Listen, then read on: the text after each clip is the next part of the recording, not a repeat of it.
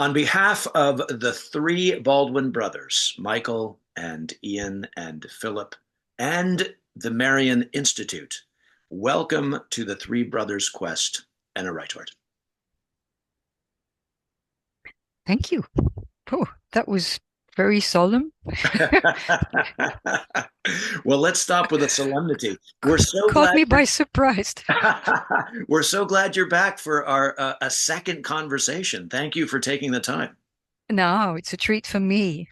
So, Well, for us too. And the Baldwin brothers, Michael and Ian and Philip, were intrigued by our first conversation about what is really your second book, Broody Blue, The Natural Human Mystic.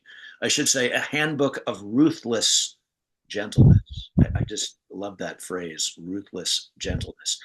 And we're really excited to talk with you about what is really your first book, Krivda, the Godtrix against the Matrix. However, we're hoping to use this conversation with you, Anna, as a bridge between Broody Blue and Krivda. And to wit, the brothers are really curious about how you came to discover over time what you call the human path, or the way of the natural human mystic in your second book, Broody Blue.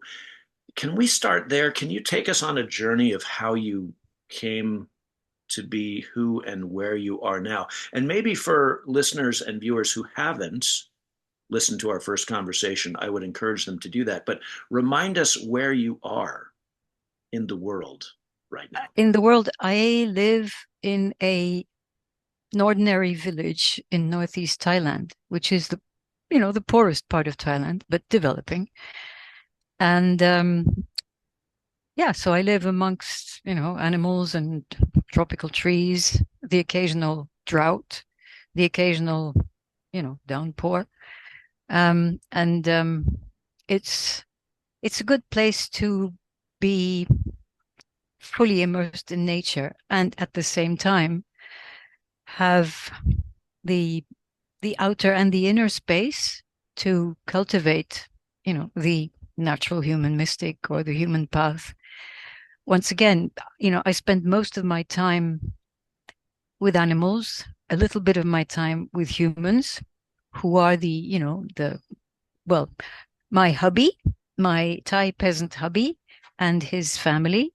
Um, and very little time with, in the big city with people of my socio-professional kind of background. So, it makes me an outsider, both to what would be mine, the circumstances into which I was born and grew up. And at the same time, I'm forever an outsider to the local people here, even though, my hands are as filthy as theirs, and I walk barefoot, and all this kind of thing.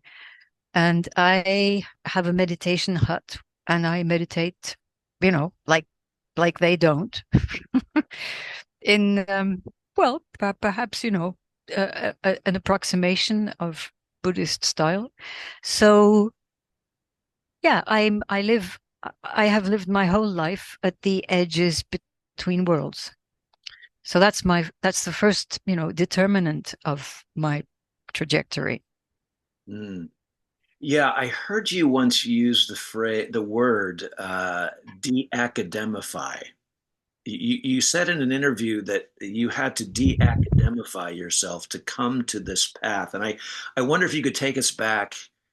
You're alluding Well, to, yeah. that connects with, the people in India, in Bengal, where I came across this movement. It's not even a community, it's a movement of people who say we have no gods, no religion, and no priests. We cultivate purely the human path, which, we would express in English with a capital letter. And so, uh, these people well, basically initiated me without all the paraphernalia of initiation. There's no gurus with flowing robes and all that stuff. Mhm. But I came to them, you know, fully loaded with my academic past. I've never been without studying. And so, I already had a couple of master's degrees and I was possibly on my way to a PhD. And so, I started going to these people as a potential PhD student. But the immersion was such into something that was so totally different and had its own roots in an age old oral tradition of illiterate people. And increasingly, I felt that profound difference in how my thought was structured and theirs was structured. And I realized that a very large part of the wisdom that they held was beyond what, of course, beyond what the academic mind could possibly fathom. Most people who have worked with that particular movement have done it in a very intellectual way. And, and even for those who have been profoundly touched, because they're academic, they have to present it, think it through, articulate it with academic language and consequently with, academic thinking. But, I've never been interested in having an academic position, tenure and professorship and all that kind of stuff. So, once the PhD was done, which was, I mean, just writing, thinking through and writing that thesis at the borderline of, of being an initiate mystic with those people. And at the same time, putting this into some kind of academic form. That journey was, well, a very compelling form of torture, put it that way. This explains, Enna, why you and I get along so well, because I too am a PhD academician who has, for various reasons we won't go into here, found myself, let's say, on the outskirts of academia. So I'm really intrigued by your story.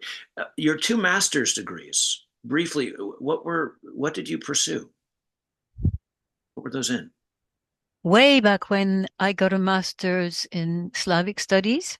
Mm, That's my other big connection, but perhaps we can leave that out for today. okay. I'm working on a huge project on Russia. Mm, That's what I'm, preparing now. And that too, I think is a profound undercurrent of what I'm doing. mm, And it has to do with the fact that somehow I went to India where I never wanted to go, because actually there are very, very, very deep connections between Russia and India. mm. But okay, that's another chapter. Yeah. And So the one. other one, was in so-called medical anthropology.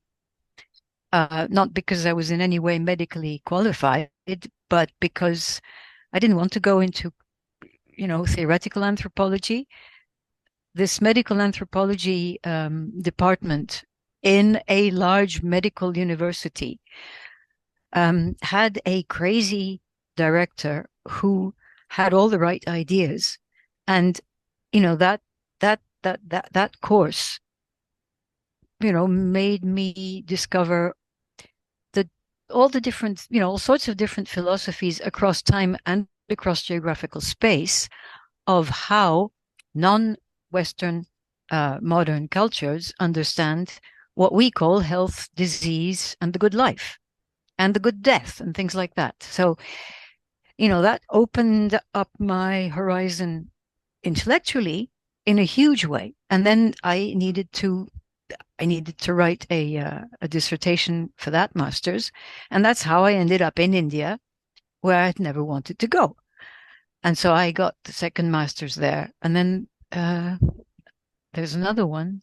Oh, I have a master's also in heritage management, heritage preservation and management, like cultural heritage or, So like you have, UNESCO heritage.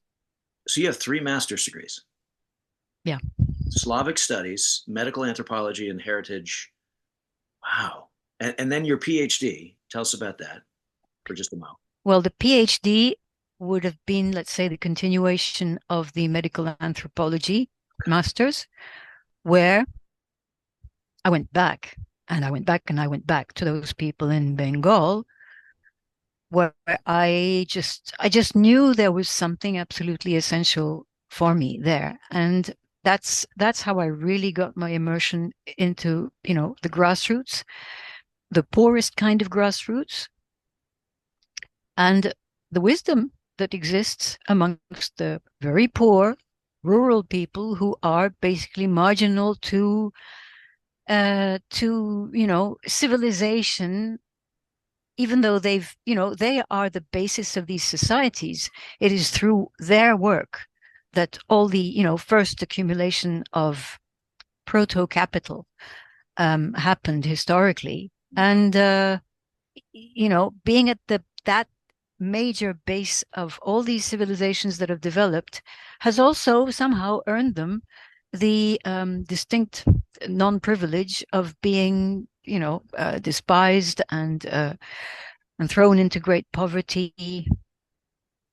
But that kind of situation is also what has enabled them, until now, in the global south, enabled them to retain at least a part of their ancient culture. I mean, now all of that is falling apart, thanks to the internet, and everybody in the world now has a smartphone.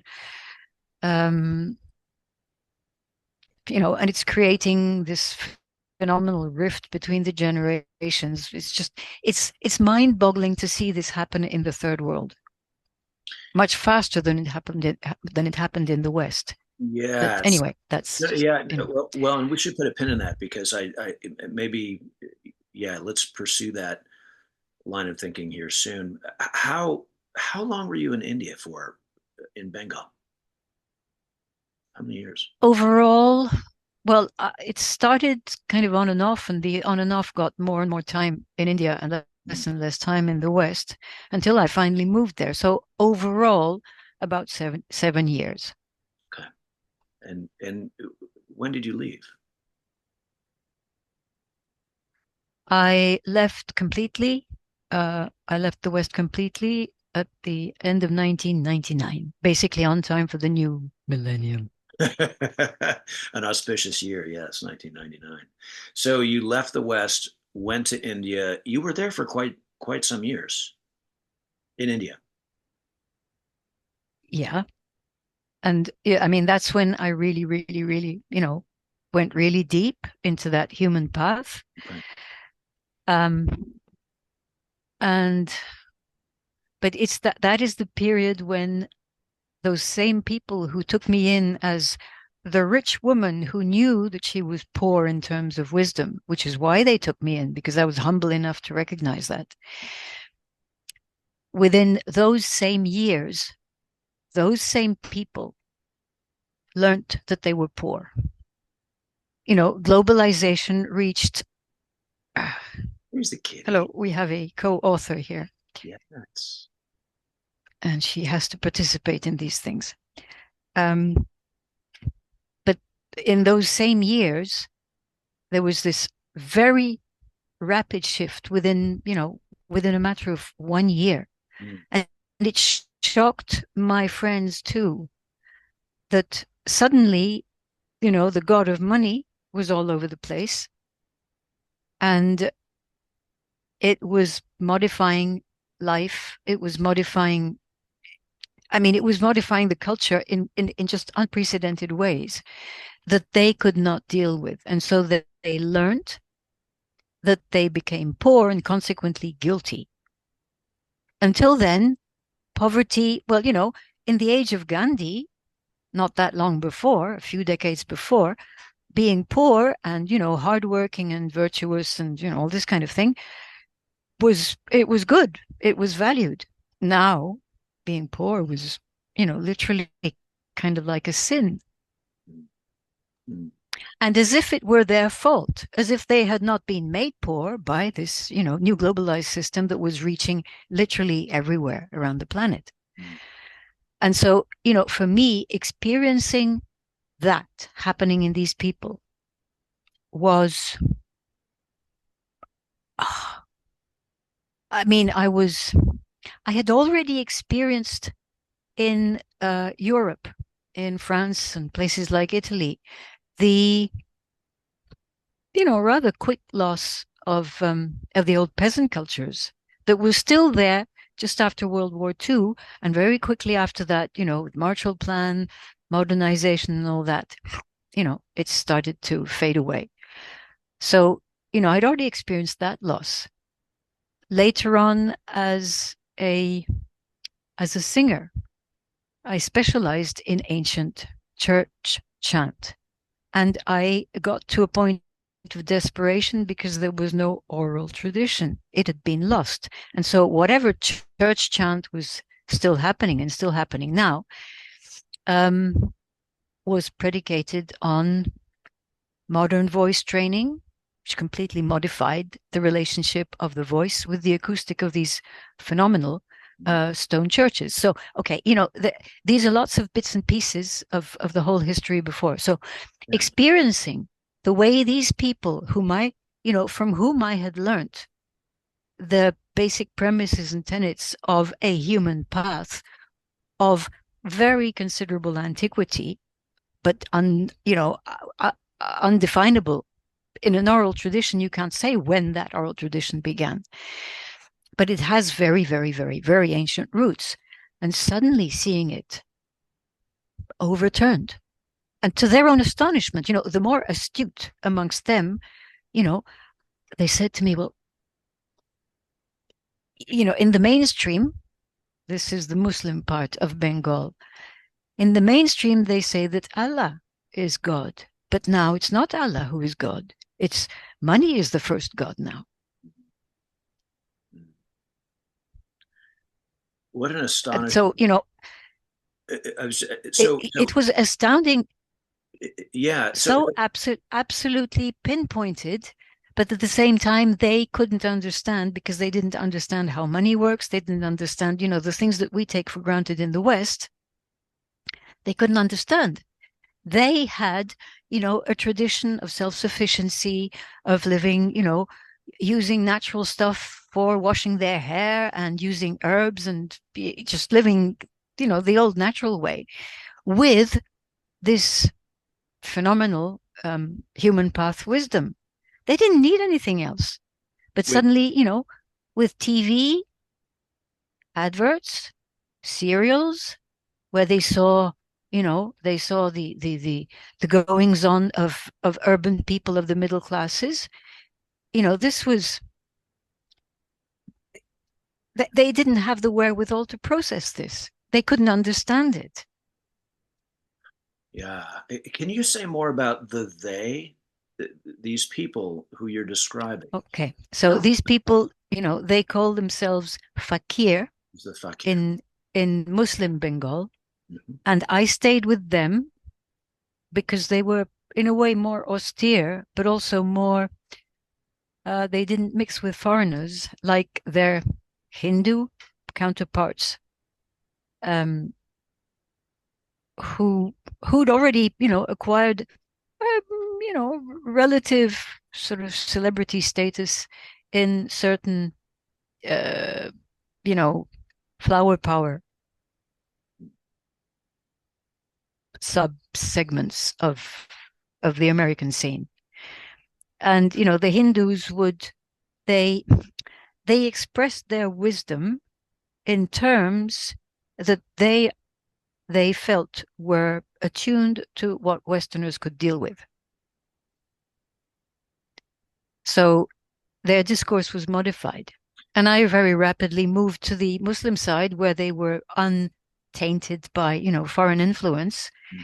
And it was hard. I'm not going to say it was easy, but that's how I learned. It was just, basically by immersion. Yeah. Is the word fakir, what's the etymological? It basically, in the Islamic lore, it means poor. And so you can have kings who say, I am a fakir king. Because, okay, I have all the riches of a king, but fundamentally I'm poor in terms of the great spiritual riches of, Allah. So, fakir can mean all sorts of things. There were also those fakir in the old days who would lie on a bed of nails. You know, and I, as I explored the different parts of Bengal where I might find more of the people of this human path, I bumped into other types of fakir who had nothing to do with, with my people. So, but they called them my people, as I say, they're not my people, they say I belong to them more than they belong to me. But they called themselves fakir because it was a positive spiritual term for people who didn't have a self-denomination apart from saying we are on the human path or we cultivate the human path. But they don't say we're the human pathers or the human pathists. Right. So no gods, no religion, no priests. And no priests, because it's up to us intrinsically to forge the way of the complete human with all the subtle dimensions based on the only resource that we have as humans who are poor, which is our human body. And our human body is an absolutely miraculous site where we can learn everything about what it is to be the greater human. In a nutshell, that's what it is. And Yeah. it was not at all theoretical. It was very practical. So is it safe to say that the fakir, even though they are Muslim, they are not practicing Islam? They're practicing the human path. Is that Yeah, correct? but it would be wrapped in Sufi vocabulary, Ah, which was completely equivalent to the same concepts in esoteric Hinduism, in Tantra. okay. So tell us a bit more about the Sufi for people who may not know. So the Sufi basically were, more than they are now, the esoteric side of Islam. And uh, it's out of the Sufi that you get, the great poetry of people like Rumi and things, and, people like that who were very much admired in the West. And they just cultivated that presence to the ineffable. They, cultivated learning the language of the birds. Um, and they were at certain times persecuted in different parts of the mainstream Islamic world. But the interesting thing is that most of the conversion to Islam outside the Arab world, and especially in Asia, was done by Sufis. The Sufis went wandering. You had the Silk Roads. Yeah. The Silk Roads were, okay, they were trade roads, but along trade roads, you had a lot of people who were traveling because they were curious, to go and find out, you heard of this great sage who lives in that city, Mosul or, Derbent or whatever. So you went on your way to, go and meet this great sage and have the privilege of, a conversation with him or her. Mm. And so these people traveled and traveled and traveled. And, sooner or later, they ended up in this place, Bengal, which prior to the British colonization was absolutely a land of plenty and a land a land that was described by chroniclers of the time as a land of plenty and bliss and beautiful women and happiness. Well, the Brits certainly did a good job of modifying that. And so, you had all these Sufis landing in that kind of place. They fell in love with, the tropical generosity of the nature and the lovely people who were, they were also free-thinking people. Basically, the Bengalis, if they were being oppressed anywhere, they just sort of pick up and leave, go elsewhere. So there was something in that sort of Aboriginal culture, let's say, that appealed to all these Sufis. And now, the countryside is dotted with the gravestones of Sufi saints, or unknown Sufis who didn't even leave a name, but who were very much, part of the local culture, as they sort of immersed themselves in the local culture, and they brought all sorts of stuff that they knew from their home culture. After all, the Muslim world back in the day was highly developed, very high culture, high science, high arts, and things like that. So they brought knowledge to these local people, and that's one of the converging elements that contributed to producing this particular, fakir human path that I landed in. Okay. All right. This is you're painting a beautiful picture here. I'm reflecting back on another conversation we've had here with a Swiss anthropologist. You may know his work, Jeremy Narby, who's the author of a book called The Cosmic Serpent. Mm-hmm. And Jeremy told us a remarkable story. When he was in his mid-20s, as a PhD candidate, he went down to the jungles of the Amazon to study the natives. And he realized as a young lad, plopped down into the Amazon, that he knew nothing, and B, that maybe rather than studying the locals, it might be better if he were to work with them. And so he essentially had sort of what I think he would characterize as a dawning epiphany that, oh, indigenous people actually have a lot to share with those of us in the so-called first world, if we were only to, drop into flow with them, let's say. And I'm wondering, Anna, was there a moment when you show up and you're like, all right, here I am in Bengal. Was there a moment where you're like, okay, I'm going to, I guess, follow the human path of the fakir and the natural human mystic? Do you recall like how you came to sort of identify the journey, or was it gradual? I'm so curious about that. No, it was nearly immediate. My first acquaintance with them was through somebody who was organizing a kind of a study, a period of study and acquaintance with their culture, working as musicians. So I'm a singer, and there was a bunch of other people, singing people, musical people, and so about 10 of us went on this trip, and the songs, the lyrics of the songs that we studied were kind of very approximately translated, because they're esoteric songs and consequently they cannot be translated.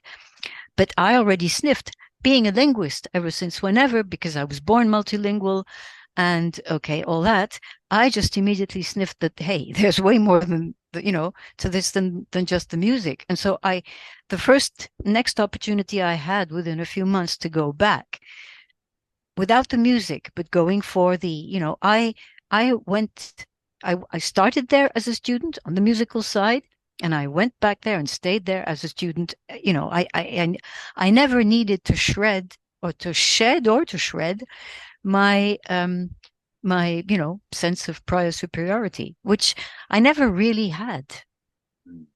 I never really had that sense that, okay, I know more than other people. I'm more this, that, and the other than other people. I've always had the sense that there's so much to learn. There's so much to learn, and am I going to have enough time in this lifetime to do all the learning that I need to do? But then I had to do the unlearning of my Western learning Yeah. to a Yeah. great extent, which actually, Rob, it brings into greater relief what I do uh, credit the West for. The ability to use critical thinking, the ability to abstract yourself from something, Mm. but without becoming a prisoner of abstraction, being able to and fro between the mystical, the abstract conceptualization, and then the possibilities that you can establish in terms of, right action. Uh, they complement each other. The problem with the West and with modernity is that we're trapped up here. Yes. So beautifully said, and I'm just personally resonating with what you're describing here. I want to get to a few questions from the brothers. Before that, though, you, I think, in both Krivda and Broody Blue, you mention, I think, what is a fairly well-known esoteric phrase: "All that is in the universe is in the human body." All Mm-hmm. that's in the universe is in the human body. What does that mean in the context of your journey?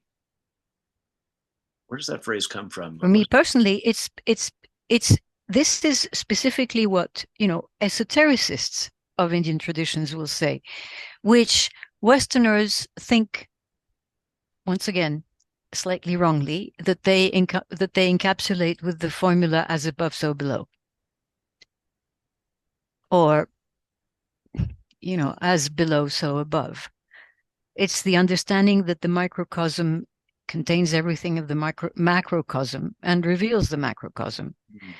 So for my fakir people, Mhm. well, the microcosm is this body. As I said, it's the only thing that really belongs to a poor person, who belongs to, the lowest non-caste of the Indian caste system. Um, and well, actually, in a you could call it a derivation of Tantra, which is very, which certain branches of Tantra are very body based. Others are much more sort of speculative. But these people say, we don't do Tantra. We don't do mantra. We don't do Tantra. No Tantra mantra. No, no, no, no. Yeah. So, once again, it comes from, those very ancient origins lost in the mist of time.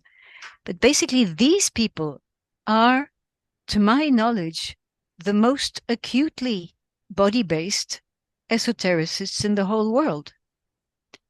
Um, apart from those who are, at the satanic end of the spectrum. Mm. Yeah. These people are, they start with the body and with the things that inhabit the body, the emotions, and they treat the emotions as something that is as material as, your flesh. Basically, they they make a distinction between the gross body and the subtle body, but they say that they're both equally material in terms of being both equally real, Mm. Mm. which means that they call themselves bastu badi, meaning it translates literally as materialist, but it doesn't mean materialist in the stupid Western sense. It means that, we're not only after the visibly material, we are after the the subtle matter that inhabits everything that we can't see, and that makes possible all the miraculous things of the human body, Mm. which enables us to express all that subtle stuff in what we do, here in this incarnation. So, I mean, it's actually pretty simple once you get it. Yeah. Yeah.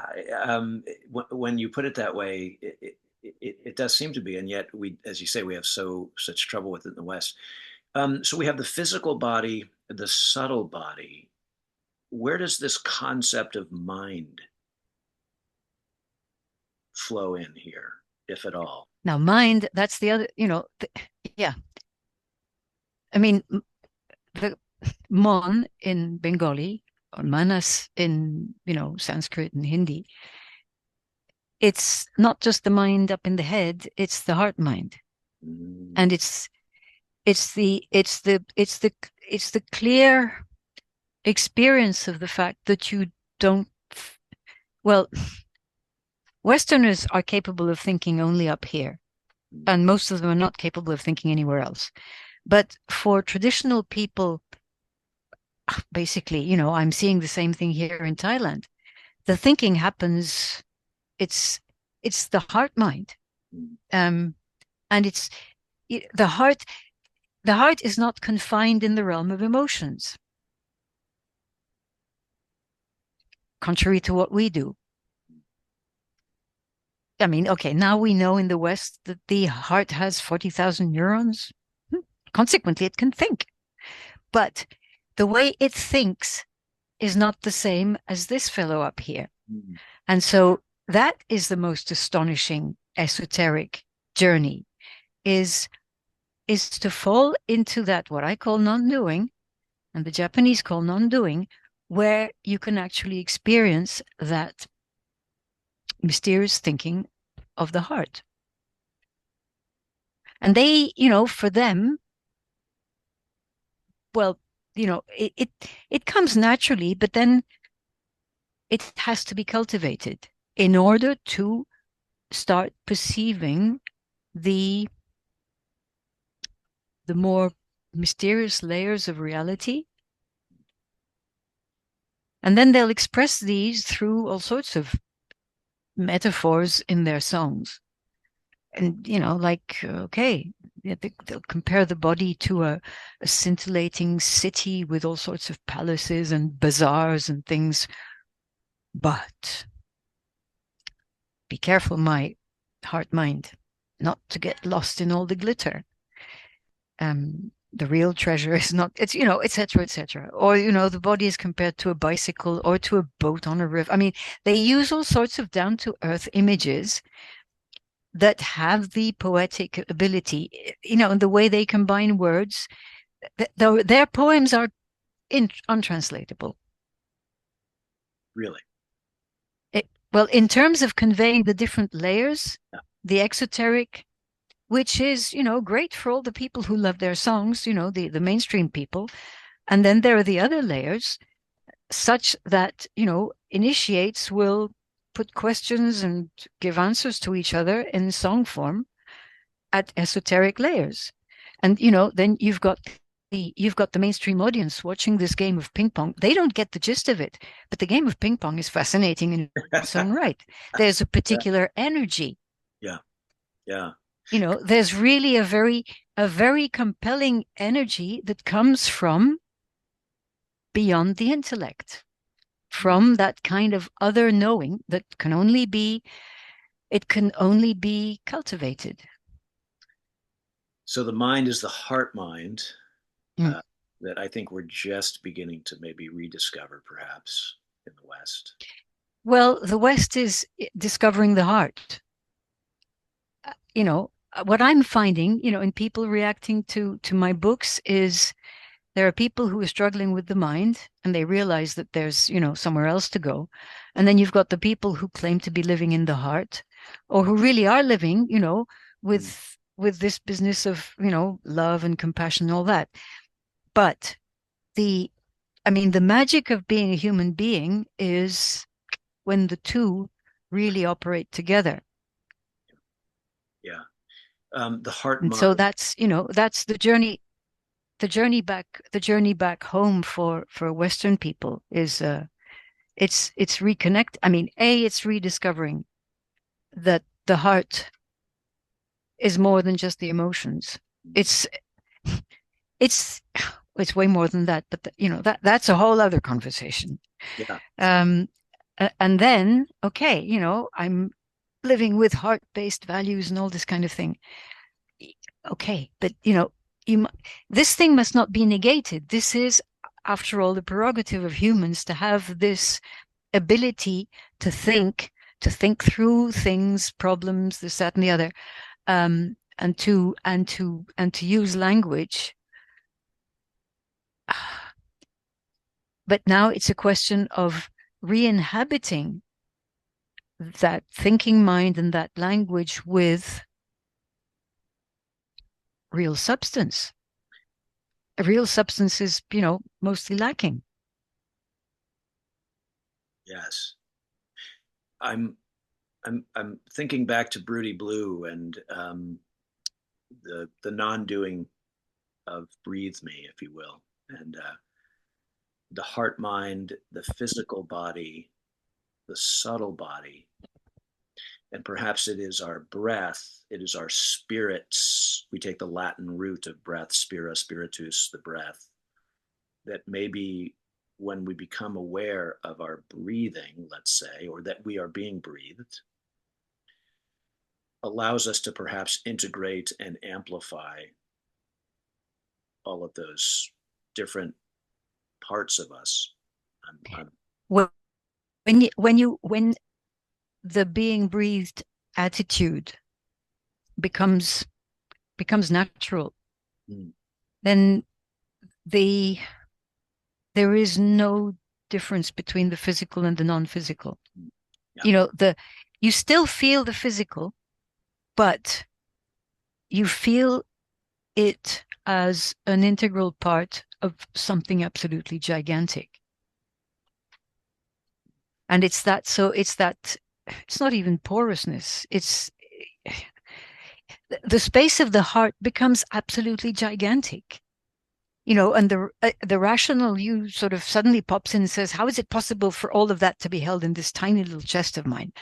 Well, that's the macrocosm in the microcosm. wow. It was, it is, it will be. Oh. I know, yeah, my head's exploding. Let's just to tease our listeners, our viewers, before we get to the brothers' questions, which we will do here in a moment. In Krivda, I think I've got it on page 342. It's towards the very end of the book. You talk about humans, the cosmos, and this concept of fractals. And you write, every human is a fractal of Earth. And I'm wondering, Yeah, that is not. I'm not the author of that idea. There's a contactee by the name of George Kavasilas it's who George. Yeah. says it in those terms. And since fractal is okay, it's the kind of scientific concept that you know appeals to people basically in the West. I I use it also. Um,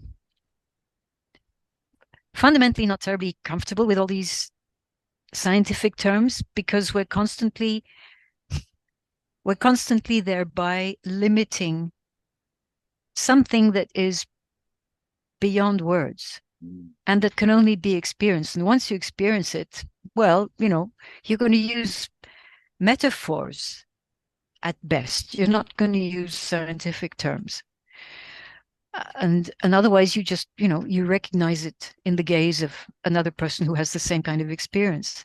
So Mm. um, it's I do prefer the notion that, the whole universe or the human body in its totality, of course, not just the physical, but even so, just the physical, because just the physical is the condensation, so to speak, of the larger being that each one of us is. Um, then, even if it's just the physical body, it contains the whole universe. Mm. Let's stay with that. All that is in the universe is in the human body. We'll leave it there. Michael Baldwin wanted to ask, how do you compare the path of the the human path of the natural human mystic with something like Buddhism, which of course is a huge and diverse set of practices, I suppose. But do you have any thoughts about that? I've heard you talk a bit about that elsewhere, Buddhism and as it relates or doesn't relate to the human path. I think, in the time of the Buddha, from the stories that we've been told about him, he was a very straightforward kind of fellow. He didn't go into all sorts of complications, and he just, wanted other people to have this experience of the aha that he had, in which he thereafter dwelt.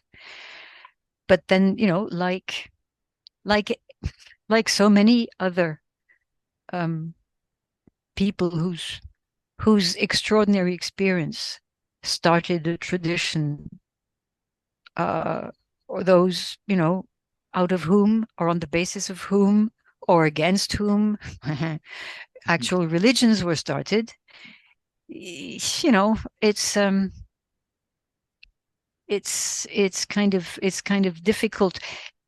Yeah, that human path of my Bengali fakir is precisely not an ism. Since it doesn't have a name, and it has basic rules for how humans conduct themselves on this human path, but they're not dogma. Everything is purely experiential. There is no, in its normal form. I mean, perhaps it will, now that it's basically moribund because of, monetarization, globalization, all of that. There probably will be people now who will come and do exegesis on those essential tenets. And, who knows where it'll go, how far it'll go, and how complicated it'll become, away from, for instance, what Gautama Buddha himself experienced and tried to convey. And, the thing is, when you're trying to convey that kind of experience, you have to use speech with people who don't understand where you're going. So somehow, it's this steering the cognitive process out of its familiar rails to try and get it, throw it off the rails so that it has that shock of opening to the other possibilities that are latent inside. So that is the common, for any true spiritual guide, that is the fundamental thing, is that this person is not going to teach you anything. This person is going to, it's like,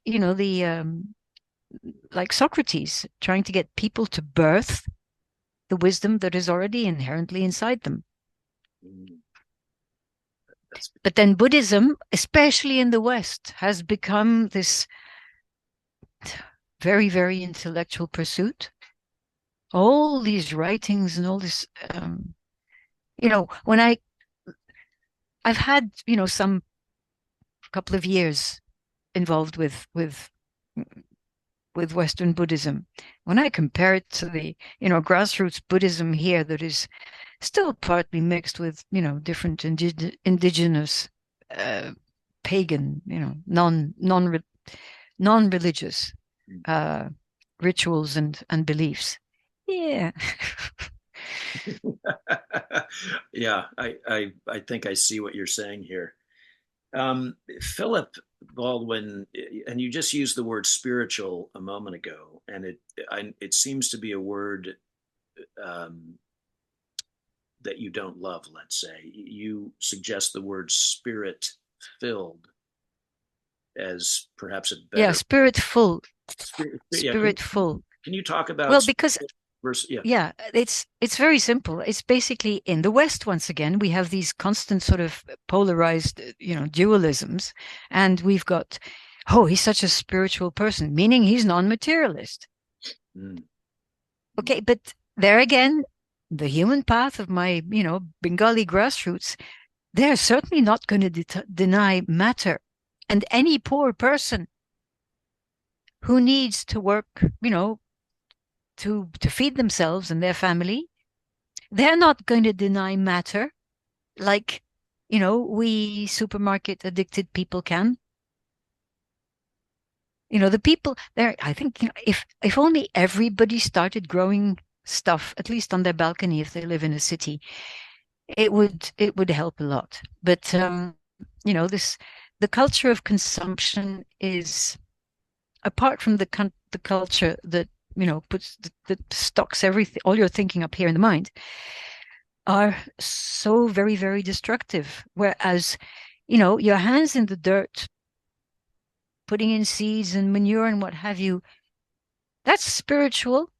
Mm. Picking up the, chicken poo, that's also spiritual. Yeah. And conversely, um, the unseen stuff is part and parcel of our materiality, and it cannot experience itself other than through the vector of materialization. Mm. So, spirit and matter are there, they go together. I mean, to dissociate them, well, okay, there are spirits out there, and there are happy spirits and there are very unhappy spirits. Thailand has loads of unhappy spirits, and they have a whole catalog of all sorts of unhappy spirits. Wow. So, we, with an incarnation, well, we get a chance to work out, the healing for the unhappy spirits that we've inherited from past lives or whatever. And we get a chance to cultivate the happy spirits that inhabit us, whatever those spirits may be, part of our soul. I mean, there again, it's very, very, I think it's completely impossible, by now in human evolution to start categorizing all these things. The interweaving of destinies, of lineages across ethnic groups, across, religious beliefs, across so many different circumstances. We're all a great hodgepodge of all sorts of stuff at the subtle level, which, it manifests in these incarnations that we have, where we're going to be doing at least some of the stuff that the immaterial parts of us need us to do, so that this whole, great game of life can continue producing, whatever it takes to educate the universe. I knew you'd bring it around, Anna. That's beautiful. Well, so Ian's question, and I think this will be a good question to maybe set up what I hope will be a third conversation soon about Krivda. Ian's wondering and wanted to ask, what do you see gets in the way of humans becoming fully human, following the human path, becoming natural born mystics? I mean, this is obviously a big question. And Well, you can see why that leads us directly to Krivda, of course, but yeah, maybe tease us a little bit. What keeps humans from following the human path? the inner dissociation, the, mind control that has been applied to us for millennia Mm. and that we've internalized, and that has been especially well perfected in the West. Mm. The West, there's there's the intellectual side of it, the economic side of it, the religious. There are so many different intertwining aspects to it. So, to do it justice would probably require me to sit down and prepare a lecture, which I'm not prepared to do. Well, well, well. So, But basically, we are internally fragmented. mm, And I mean, I can speak for myself, was I ever internally fragmented? And I had some substantial help from studying and training in past life regression, going into certain past lives where I started to understand some of the forms of dissociation that had been applied to me and that I overcame or did not overcome in those past lives. And one of them was, I think I've already mentioned this in some other podcast. I was in a recent past life a child in one of those, SRA situations with the rape I was 3 or 4 years old. And I can assure you it was no product of I couldn't possibly have imagined that kind of thing. And when you know, if a past life regression is well done, you go into something that you experience so very, very, very, very, very totally really. It is unquestionably real. And so there was all the torture aspect, the sexual aspect on this small me, who at that age, of course, had nothing that enabled her to process it. It was just raw experience. Which is why, these things are done to very small kids. And then there was this dagger that was put into my heart, and my heart was pulled out, cut into little pieces, and, the different people around this at the heart. So having had that experience, I realized in this life a number of things that had happened to me in childhood in this life.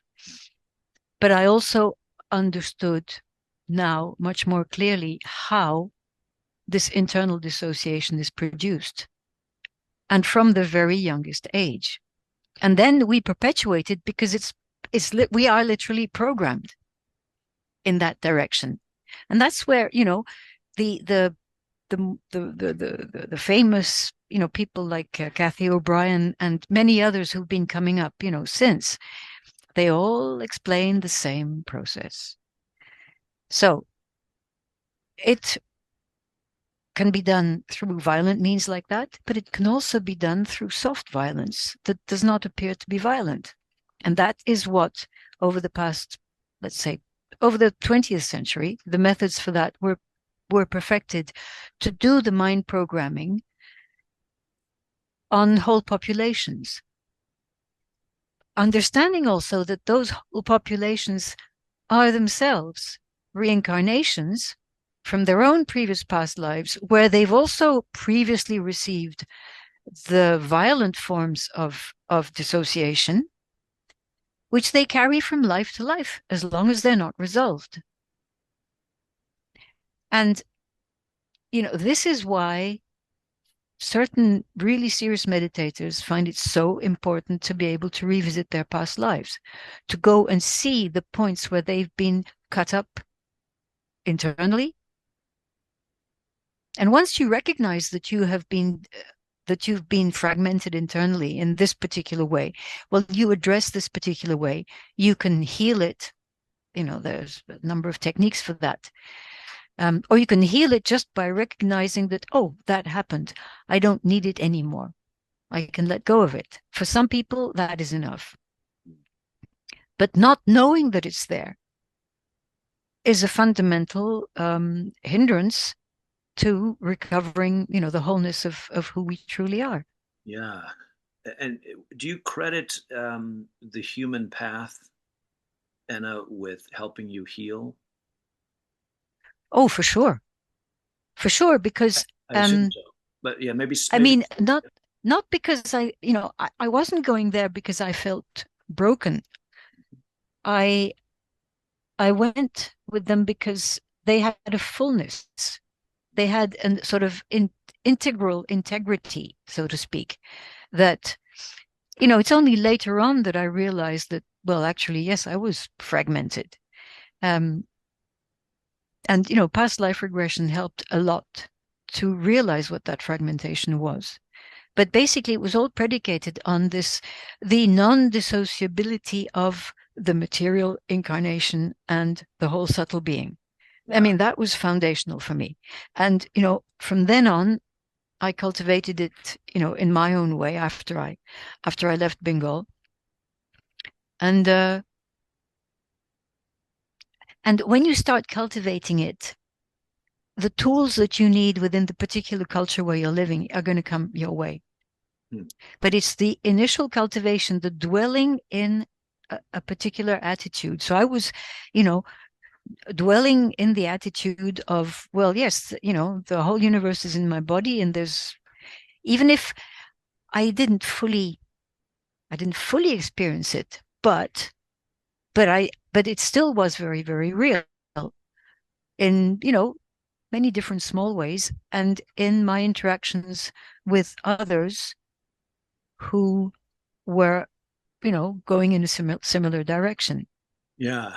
And again, I'd refer our listeners, our viewers, to our first conversation and your book, Broody Blue, where you lay out the non-practice, as it were, of of this as you've experienced it, and it's it's a very beautiful and powerful meditation, let's say, on what's possible. Contemplation. Contemplation. Thank Meditation involves, a large element of the mind, actually, you. and that is not helpful, for people. And meditation, the first next word that most people say, what meditation technique do you do? Yes, right, and then we're into the practice. Yeah. So um, maybe for my sake, clarify the difference between meditation and contemplation. Meditation is mind focused. Contemplation is Just being with what is. ah, It's this it to me. Well, contemplation, once there probably isn't a word for, which is why I call it non-doing. yes, But the point is, in non-doing, many people think it's a matter, it's just a matter of just being. Yeah, but just being, you're being a contemplative couch potato, basically. The essence of it is this utter presence of being completely present without doing anything. You're not putting your eyes there. You're not concentrating on the tip of your nose. You're not doing a particular mood. You're doing nothing in terms of techniques. You're just not just being with your breath. You're being present, completely present to the fact that something is breathing you. Being completely present. And that is actually the most powerful form of activity. Mere only utter presence. Only that, without doing anything, without an effort of the will.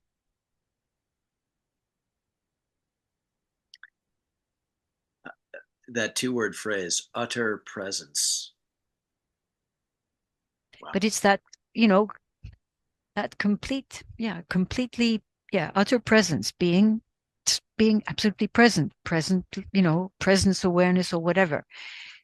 That is the key. That's the key to real concentration. Mm. That many will cultivate through different other techniques, but it is intrinsic to us. Little kids sitting, watching, a dragonfly. They're completely and utterly present to watching the butterfly.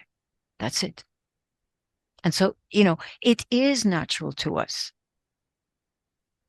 But there again, we've been fragmented away from it by all the busyness of life, of modern life. Whereas these grassroots illiterate people, all of a sudden, in the middle of being very busy doing whatever it is, in the fields, they suddenly sit down and nothing. And not because they're particularly cultivating something, they are just going back to that natural state of of the resting human. But we can cultivate it Mm. by doing it, by non-doing this business of being in this utter presence a little bit every day. It grows on you, and it's effortless,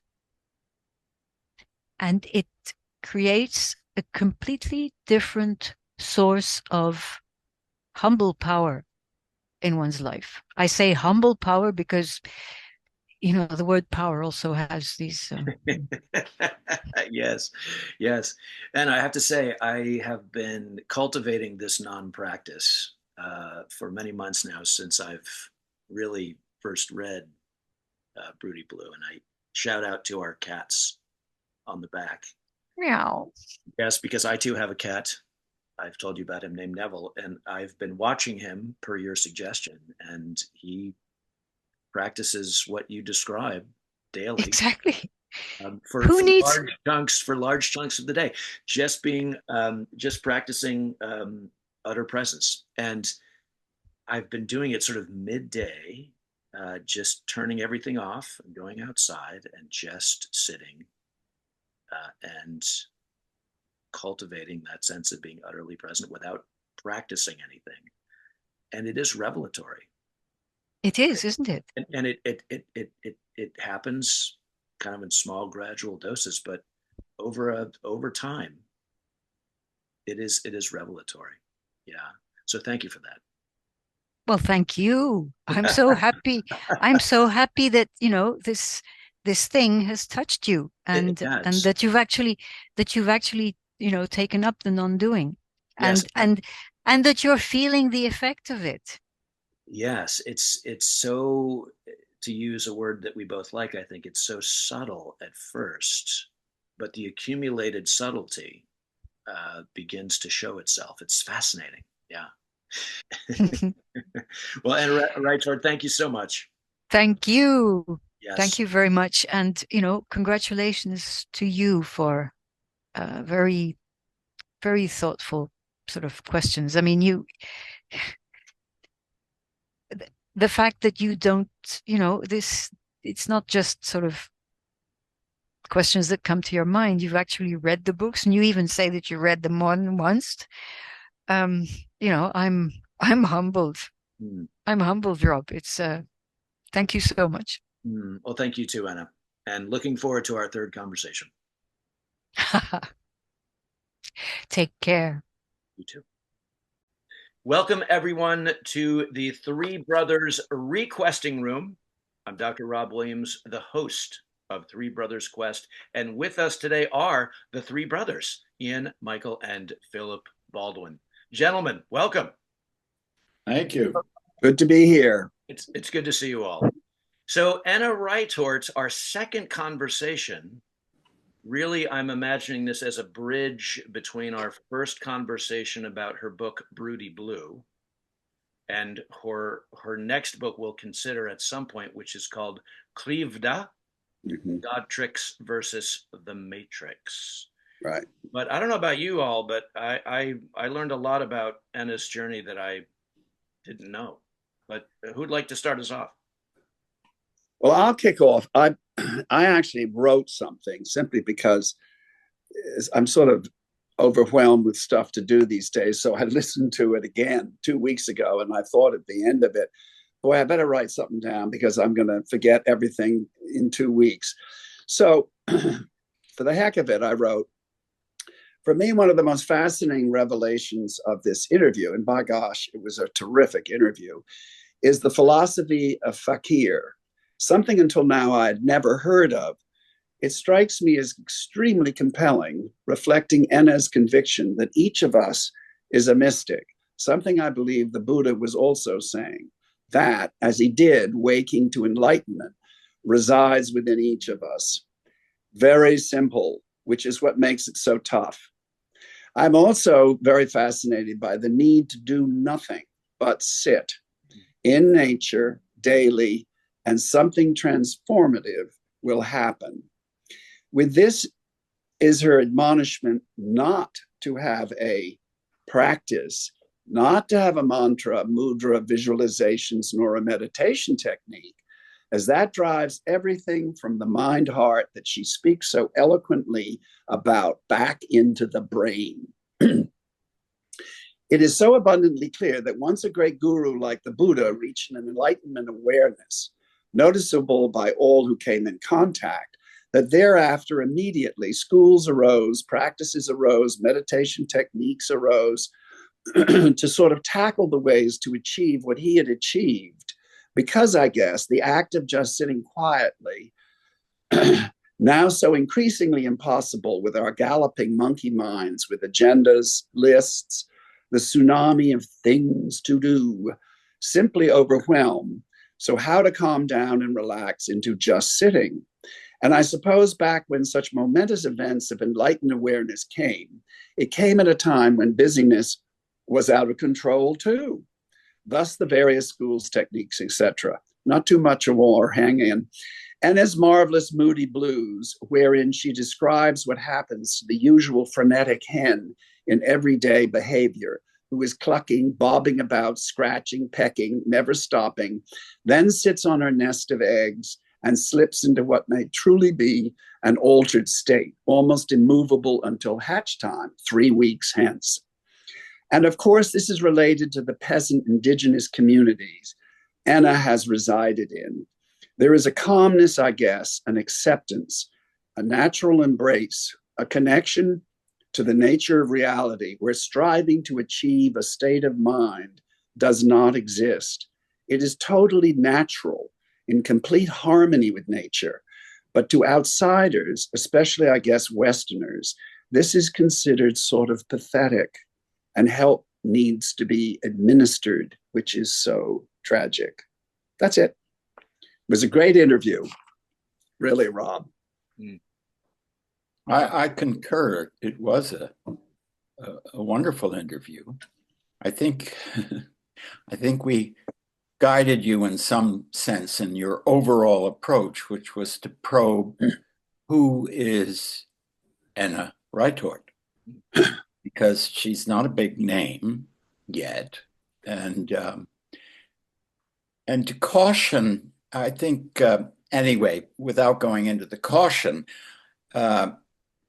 originally, I think we envisioned you were going to do a deep dive into Krivda, and we raised a flag of caution because the book is very dense and covers material that, without a good deal of background, at least in the person who's alleging all of that, is going to leave people stumbling in the dark or in a state of perplexity.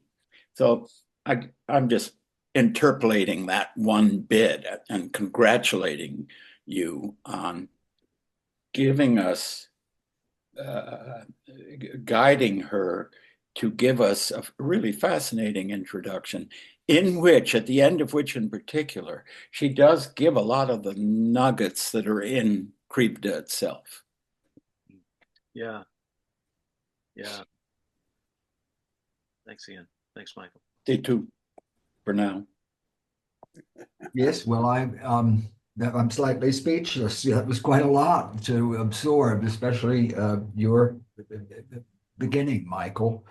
And I agree wholeheartedly. There was I don't know what the right word is, a sort of gentleness to the conversation, Rob, that you engendered that was very satisfying to me personally.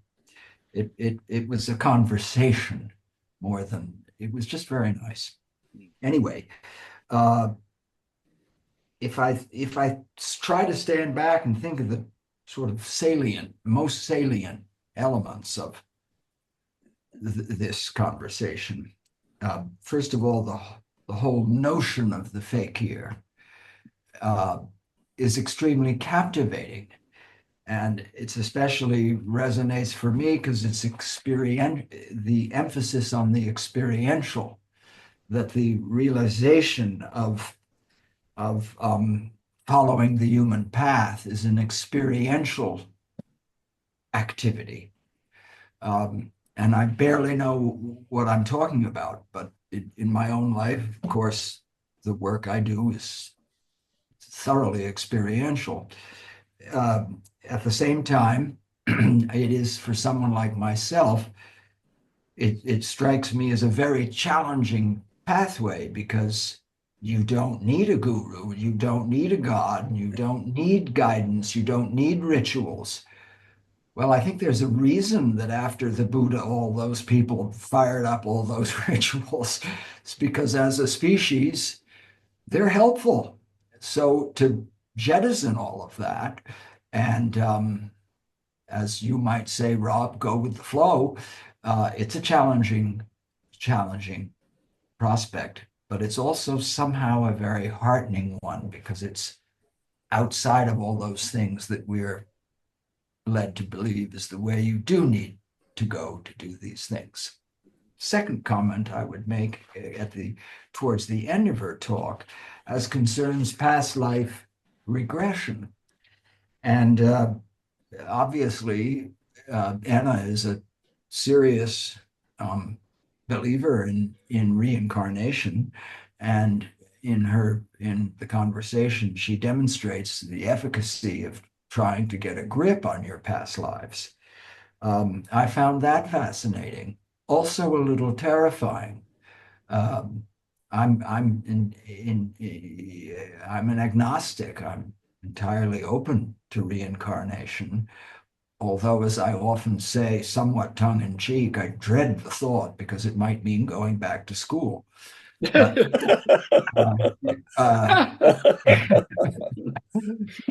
it's definitely the notion of diving into past lives is obviously an interesting idea. I think that's enough from me. Yeah. That's good. Well, just to pick up on going back to school, Philip, and what a brilliant insight. I was most struck by Enna's impressive academic pedigree. Mhm. I mean, the woman has multiple degrees in multiple disciplines from multiple places. And yet, you know, the word she uses is she had to de-academify Mhm. herself. And it reminded me, and maybe you picked up on this in our conversation, of my own experience in the academy in higher ed. We get so in our heads and so siloed and so conceptually bound. Mhm. And in some ways, this, of course, is the problem. And Michael, you spoke so beautifully, I think, to that, and you're Yeah. kind of alluding to that. And this notion of just shedding all of those layers of skin, and how challenging that is for us as humans in our universe here, you know, the West. But you know, the other thing that Enna pointed out is like, look, this problem is endemic to all advanced industrial societies, including those in Bengal, India, Thailand, the other places, the places she's lived. This is not Right. uniquely a Western problem. Yes. And Yeah. I think that's important to flag here because I've really been kind of Yeah. chewing on that since our Yeah. conversation. The speed at Mhm. which he says they're being upheavaled Mhm. in places like Bengal is stunning. It's happened while she was living there. Yeah. And so we do have this. I remember way back being I took a trip around the world and spent a lot of time in India and Southeast Asia, and being overwhelmed when I landed back in New York Harbor on the Jersey side and coming in on a bus and then a subway to see my father. The blaring, the advertising, the constant visual stimuli of things, to do's, to buys, to acquires, pleasures, et cetera, it was a real smack in the face. And then, of course, I fell back into that routine of the Western way of life. And now we would call it the globalization, which has been so deeply enhanced since in this century by the little devices we carry. I thought it, oh, sorry. Go ahead, Phil. No, I was just going to say, in conjunction with what you're saying, this idea that they didn't really know what poverty was. Poverty was a discovery basically brought about by the smartphone, that suddenly, oh, modernity is about money and status, purchasing power, and jeepers, we're poor. And we never knew we were poor. It didn't look that way in the same way, at least to us. I thought that was very disturbing. Yeah. But very, very, very true, deeply true. Again, from that experience of my own travels long, long ago. I think we should let our listeners know that this book of hers is a pretty deep, mind-bending experience into the origins of religion and how religion, organized religion, is a vast control mechanism.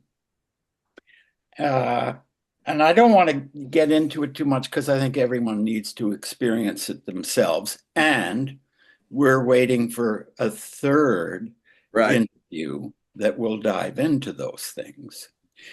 But as Mikey pointed out in his remarks, the ability we carry in us, the ability to sit down and simply watch, be in nature. And some of our finest experiences, speaking for myself, but I'm pretty sure for the rest of us, are that being in that position of non-doing. Yeah. Very good. Yeah. Yeah. Very good. Well, gentlemen, maybe one last thought. Enna's life journey, and this really was a conversation about her life journey, reminds me very much of so many of our other guests. In particular, for me, Jeremy Narby, who parachuted into the Amazon at age 25 or so to study the natives, and came to the conclusion very quickly that perhaps it would be better simply to sit with them, to work with them, and to learn from them. Yeah. And I think that's exactly what Enna has done. Right. And I have to throw in one final remark. She really hooked me at the very end of her interview with Russia and what we don't know about Russia. I'm going to assume it's a peasant Russia that goes back centuries. But it has a promise. The American Edgar Cayce prophesied that Russia would bring a spiritual message to humanity. And she seems to, who knows, but she seems to be very deeply into Russia. And I think she must be Russian because she speaks Russian.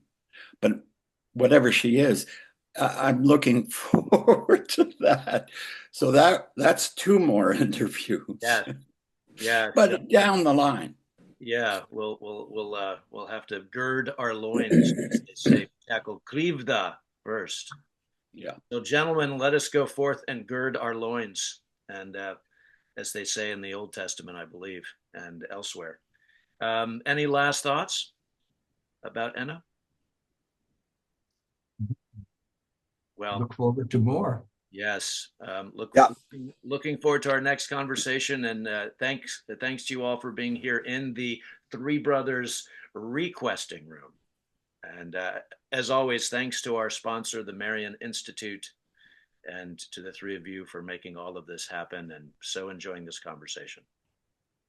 Thank you, Rob. Thank you, Rob. Thanks, everybody. Thanks.